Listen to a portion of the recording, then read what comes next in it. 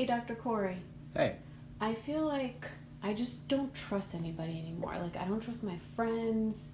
It's it's just too difficult to know who to trust. Yeah, it is. Especially I'd say in the middle school years through high school. It can be really hard. People are still figuring things out, figuring out who they like, who they want to be around, and it's an insecure, difficult time for a lot of people. And so they do things that are really mean, really manipulative, and just mean. And I remember when I was in ninth grade, right, ninth grade, I moved to Texas. And from Ohio, I moved to Texas.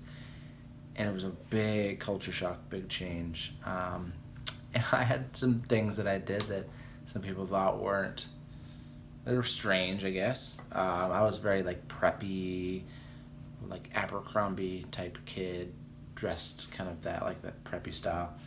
And that was not cool in Texas, like at all. And a lot of people started rumors about me, just really like mean things they would say, not knowing me at all. And it made me really jaded. I mentioned in here before, like I didn't really make any friends while I lived in Texas, like at all. And it was hard to like trust anyone. It was hard to give anyone a chance. People would sometimes talk to me, but I would assume that they were the type of people that would spread rumors about me. So it took me a while to try to let anyone in once the rumors started. And chances are for you've had things happen to you where people lied, people maybe went behind your back, maybe people did things to you that were just really, mean-spirited. And say maybe people that you thought were your friends even. Or maybe significant other, or boyfriends, girlfriends, And so you're jaded, and I get it. But it's important to remember that not everyone's going to act that way. And you can't find the people who aren't that way unless you let them in.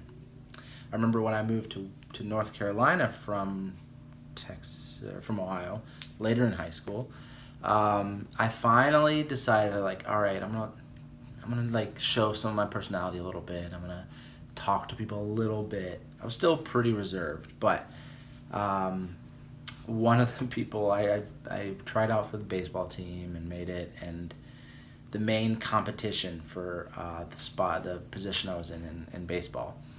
I was like, ugh, I kind of like this guy. Like he seems like someone I'd be friends with. But I remember having an internal dialogue. I don't know that I could trust him to, actually be a good person and not like spread rumors about me.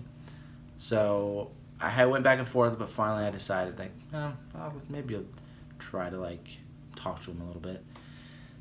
I got the courage up to do it, and he ended up being my best friend in North Carolina, or when I went to high school, and we spent probably 5 nights a week together. Like we were inseparable for a long time.